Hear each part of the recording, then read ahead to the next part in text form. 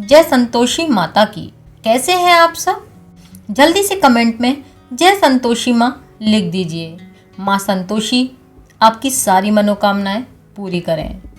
और आइए आज मैं आपको सुनाने जा रही हूँ शुक्रवार संतोषी माता की व्रत कथा। शुक्रवार के दिन माँ संतोषी का व्रत पूजन किया जाता है। इस पूजा के दौरान माता की आरती और पूजा के अंत में माता की कथा सुनी जाती है। संतोषी माता की व्रत कथा सुनने से शांति, समृद्धि और सभी मनोकामनाओं की पूर्ति होती है। शुक्रवार का यह व्रत शुक्र ग्रह को प्रसन्न करने के लिए किया जाता है। हालांकि पूजा के मुख्य देवता माता संतोषी है। शुक्रवार का व्रत शुक्ल पक्ष के प्रथम शुक्रवार से शुरू किया जाता है। माता संतोषी के 16 शुक्रवार व्रत रखने से सुख सौभाग्य की प्राप्ति होती है। लेकिन ध्यान रखें, पितृपक्ष में किसी भी व्रत की शुरुआत नहीं करनी चाहिए। यदि आप पहले से व्रत कर रहे हैं तभी पितृपक्ष में व्रत रखें। और आइए अब मैं आपको सुनाती हूँ संतोषी माता की व्रत कथा। एक बुढ़िया थी, उसके 7 बेटे थे। 6 कमाने वाले थे जबकि एक निकम्मा था। बुढ़िया 6 बेटों की रसोई बनाती, भोजन कराती और उनसे जो कुछ छूटन बचती वह 7वें को दे देती थी। एक दिन वह पत्नी से बोला, देखो मेरी माँ को मुझ पर कितना प्रेम है। वह बोली, क्यों नहीं, सबका झूठा जो तुम्हें खिलाती है। वह बोला, ऐसा नहीं हो सकता, जब तक मैं आंखों से ना देख लूं मान ही नहीं सकता। बहू हंसकर बोली, देख लोगे तब तो मानोगे। कुछ दिन बाद त्योहार आया। घर में 7 प्रकार के भोजन और चूरमे के लड्डू बने। वह जांचने को सिर दुखने का बहाना बनाकर पतला वस्त्र सिर पर ओढ़कर रसोई घर में सो गया। वह कपड़े में से सब देखता रहा। 6 भाई भोजन करने आए। उसने देखा माँ ने उनके लिए सुंदर आसन बिछा रखा था और नाना प्रकार की रसोई परोसी थी और आग्रह करके उन्हें जिमाया था। वह देखता रहा। 6 पुत्र भोजन करके उठे तब माँ ने उनकी झूठी थालियों में से लड्डुओं के टुकड़े उठाकर एक लड्डू बनाया। झूठन साफ करके बुढ़िया माँ ने उसे पुकारा, बेटा 6 भाई भोजन कर गए हैं, अब तू ही बाकी है, उठ तू कब खाएगा। वह कहने लगा, माँ मुझे भोजन नहीं करना, मैं अब परदेश जा रहा हूँ। माँ ने कहा, कल जाता हो तो आज ही चला जा। वह बोला, हाँ आज ही जा रहा हूँ। और यह कहकर वह घर से निकल गया। चलते समय उसे पत्नी की याद आ गई। वह गौशाला में कंडे थाप रही थी। वह वहां जाकर बोला, हम जावे परदेश, आवेंगे कुछ काल, तुम रहियो संतोष से, धर्म आपनो पाल। वह बोली, जाओ पिए आनंद से, हमारा सोच हटाए, राम भरोसे हम रहे, ईश्वर तुम्हें सहाय। 2 निशानी आपन देख धरु में धीर, सुधीमती हमारी बिसारियो, रखियो मन गंभीर। वह बोला, मेरे पास तो कुछ नहीं है, यह अंगूठी है सो ले लो और अपनी कुछ निशानी मुझे दे दो। वह बोली, मेरे पास क्या है, यह गोबर भरा हाथ है। यह कहकर उसकी पीठ पर गोबर के हाथ की थाप मार दी। वह चल दिया। चलते चलते दूर देश पहुंच गया। वहां पर एक साहूकार की दुकान थी। वहां जाकर कहने लगा, भाई मुझे नौकरी पर रख लो। साहूकार को जरूरत थी, बोला रह जा। लड़के ने पूछा, तनख्वाह क्या दोगे? साहूकार ने कहा, काम देखकर दाम मिलेंगे। साहूकार की नौकरी मिली। वह सुबह 7 बजे से 10 बजे तक नौकरी जाने लगा और कुछ दिनों में दुकान का सारा लेन देन, हिसाब किताब, ग्राहकों को माल बेचना, सारा काम करने लगा। साहूकार के 7-8 नौकर थे। वे सब चक्कर खाने लगे कि यह तो बहुत होशियार बन गया। सेठ ने भी काम देखा और 3 महीने में ही उसे आधे मुनाफे का हिस्सेदार बना दिया। वह कुछ वर्ष में ही नामी सेठ बन गया और मालिक उस पर सारा कारोबार छोड़कर चला गया। इधर उसकी पत्नी को सास ससुर दुख देने लगे। सारी गृहस्थी का काम करा के उससे लकड़ी लेने जंगल में भेजते। इस बीच घर के आटे से जौ भूसी निकलती, उसकी रोटी बनाकर रख दी जाती और फूटे नारियल की नारियली में पानी। एक दिन मैं लकड़ी लेने जा रही थी। रास्ते में बहुत सी स्त्रियां संतोषी माता का व्रत करती दिखाई दी। वह वहां खड़ी होकर कथा सुनने लगी और पूछा, बहनों तुम किस देवता का व्रत करती हो और इसे करने से क्या फल मिलता है? यदि तुम मुझे इस व्रत की विधि समझाकर कहोगे तो मैं तुम्हारा एहसान मानूंगी। तब उनमें से एक स्त्री बोली, सुनो, यह संतोषी माता का व्रत है। इसे करने से निर्धनता, दरिद्रता का नाश होता है। जो कुछ मन में कामना हो सब संतोषी माता की कृपा से पूरी होती हैं। तब उसने उससे व्रत की विधि पूछी। वह भक्त स्त्री बोली, 1.25 आने का गुड़ चना लेना, इच्छा हो तो 5.25 आने का ले लेना या 1.25 रुपए का, जो भी हो सहूलियत के अनुसार लाना। बिना परेशानी और श्रद्धा व प्रेम से जितना भी बन पड़े सवाया ले आना, प्रत्येक शुक्रवार को निराहार रहकर कथा सुनना, इसके बीच क्रम टूटे नहीं, लगातार नियम का पालन करना है। सुनने वाला कोई न मिले तो घी का दीपक जलाकर उसके आगे या जल के पात्र को सामने रखकर कथा कह लेना। जब तक कार्य सिद्ध न हो नियम का पालन करना और कार्य सिद्ध हो जाने पर व्रत का उद्यापन करना। 3 मास में माता इच्छा पूरी कर देती हैं। यदि किसी के ग्रह खोटे भी हो तो भी वे माता वर्ष भर में कार्य सिद्ध कर देती हैं। फल सिद्ध होने पर उद्यापन करना चाहिए, बीच में नहीं। उद्यापन में 2.5 सेर आटे का खाजा, इसी परिणाम से खीर और चने का साग करना, 8 लड़कों को भोजन कराना, जहाँ तक मिले देवर जेठ भाई बंधु के हों, ना मिले तो रिश्तेदार और पास पड़ोसियों को बुला लेना, उन्हें भोजन करा देना, यथाशक्ति दक्षिणा दे देना और माता का पूरा नियम करना। उस दिन घर में खटाई नहीं खाना। यह सुनकर बुढ़िया के लड़के की बहू चल दी। रास्ते में लकड़ी के बोझ को बेच दिया और उन पैसों से गुड़ चना लेकर माता के व्रत की तैयारी कर आगे चली और सामने मंदिर देखकर पूछने लगी, यह किसका मंदिर है? सब कहने लगे, संतोषी माता का मंदिर है।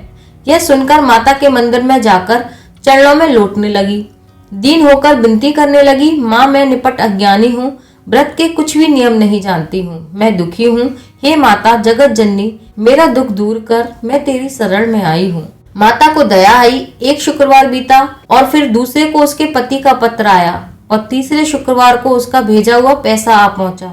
यह देखकर जेठ जेठानी मुंह सिकोड़ने लगे, लड़के ताने देने लगे, काकी के पास पत्र आने लगे, रुपया आने लगा, अब तो काकी की खातिर बढ़ेगी। बेचारी सरलता से कहती, भैया कागज आवे रुपया आवे, हम सबके लिए अच्छा है। ऐसा कहकर आंखों में आंसू भरकर संतोषी माता के मंदिर में आकर मातेश्वरी के चरणों में गिरकर रोने लगी, माँ मैंने तुमसे पैसा कब मांगा है? मुझे पैसे से क्या काम है? मुझे तो अपने सुहाग से काम है। मैं तो अपने स्वामी के दर्शन मांगती हूँ। जब माता ने प्रसन्न होकर कहा, जा बेटी तेरा स्वामी आएगा, यह सुनकर खुशी से बावली होकर घर में जाकर काम करने लगी। अब संतोषी माँ विचार करने लगी, इस भोली पुत्री को तो मैंने कह दिया कि तेरा पति आएगा, लेकिन कैसे? वह तो इसे स्वप्न में भी याद नहीं करता। उसे याद दिलाने के लिए मुझे ही जाना पड़ेगा। इस तरह माताजी उस बुढ़िया के बेटे के पास जा स्वप्न में प्रकट होकर कहने लगी, साहूकार के बेटे सो रहा है या जागता है? वह कहने लगा, माता सोता भी नहीं जागता भी नहीं हूँ, कहो क्या आज्ञा है? माँ कहने लगी, तेरे घर बार कुछ है कि नहीं? वह बोला, मेरे पास सब कुछ है, माँ बाप है, बहू है, क्या कमी है? माँ बोली, बोले पुत्र तेरी बहू घोर कष्ट उठा रही है, तेरे माँ बाप उसे परेशानी दे रहे हैं, वह तेरे लिए तरस रही है, तू उसकी सुध ले। वह बोला, हाँ माताजी ये मुझे मालूम है, परंतु जाऊं कैसे? परदेश की बात है, लेन देन का कोई हिसाब नहीं है, कोई जाने का रास्ता नहीं है, कैसे चला जाऊं? माँ कहने लगी, मेरी बात मान, सवेरे नहा धोकर संतोषी माता का नाम ले, घी का दीपक जला, दंडवत प्रणाम कर दुकान पर जा बैठ। देखते देखते सारा लेन देन चुक जाएगा, जमा का माल बिक जाएगा, सांझ होते होते धन का भारी ढेर लग जाएगा। अब बुढ़िया की बात मानकर वह नहा धोकर संतोषी माता को दंडवत घी का दीपक जलाकर दुकान पर जा बैठा। थोड़ी देर में देने वाले रुपए लाने लगे, लेने वाले हिसाब लेने लगे। कोठे में भरे सामान के खरीदार नगद दाम में सौदा करने लगे। शाम तक धन का भारी ढेर लग गया। मन में माता का नाम लेते हुए चमत्कार देखकर प्रसन्न होकर घर ले जाने के वास्ते गहना सामान कपड़ा खरीदने लगा। यहाँ काम से निपटकर तुरंत घर को रवाना हुआ। उधर उसकी पत्नी जंगल में लकड़ी लेने जाती है। लौटते वक्त माता जी के मंदिर में विश्राम करती है। वह तो उसके प्रतिदिन रुकने का जो स्थान ठहरा। धूल उड़ती देखकर वह माता जी से पूछती है, हे माता धूल कैसी उड़ रही है? माता जी कहती हैं, हे पुत्री तेरा पति आ रहा है, अब तू ऐसा कर लकड़ियों के 3 बोझ बना ले, एक नदी के किनारे रख और दूसरा मेरे मंदिर पर व तीसरा अपने सर पर। तेरे पति को लकड़ियों का गट्ठर देखकर मोह पैदा होगा, वह यहाँ रुकेगा, नाश्ता पानी खाकर माँ से मिलने जाएगा।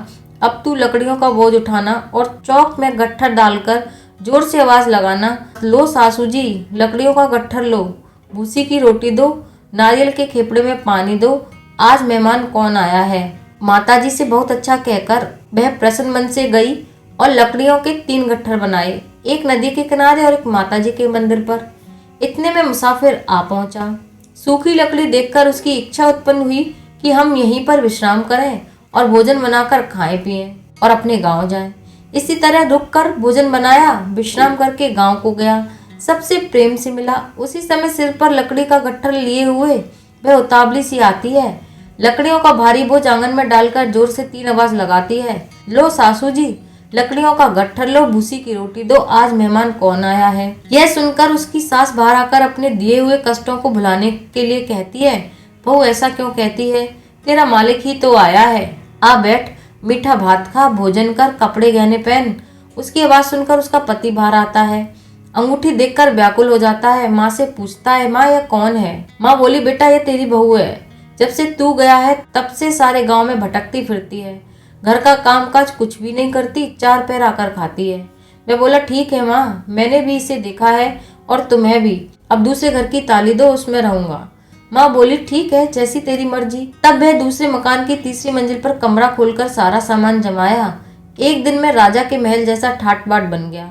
अब क्या था, बहुत सुख भोगने लगी। इतने में शुक्रवार आया। उसने अपने पति से कहा, मुझे संतोषी माता के व्रत का उद्यापन करना है।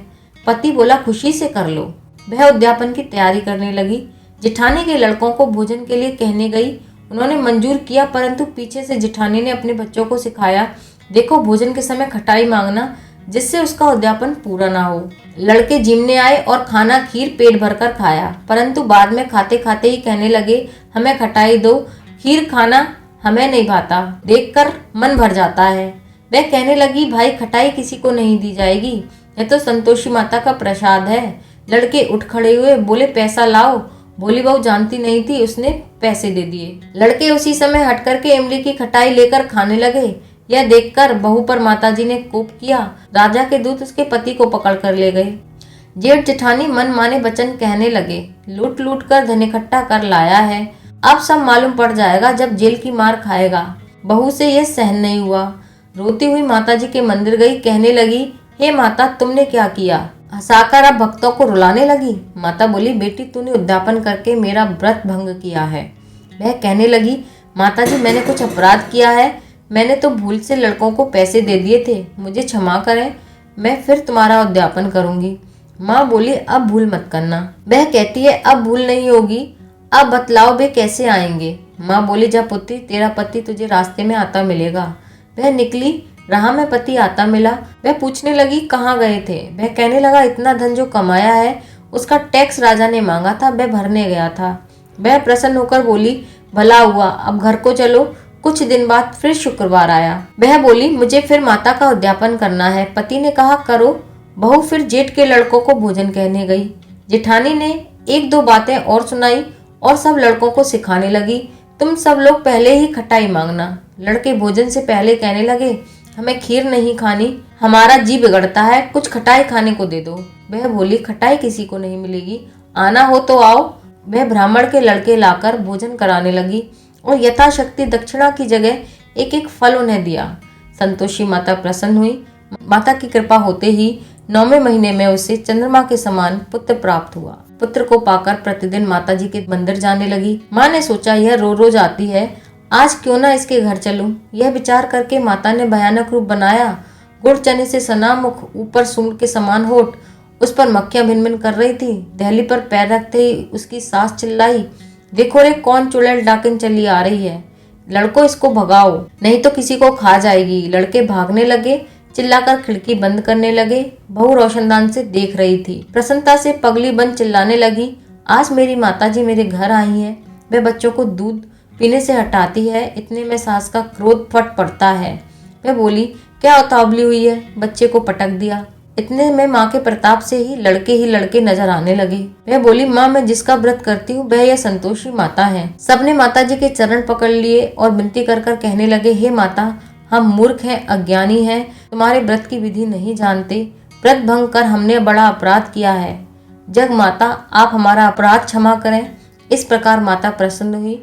बहू को प्रसन्न हो, जैसा फल दिया वैसा माता सबको देना। जो इस कथा को सुने उसकी सारी मनोकामनाएं पूरी करना। बोलो संतोषी माता की जय।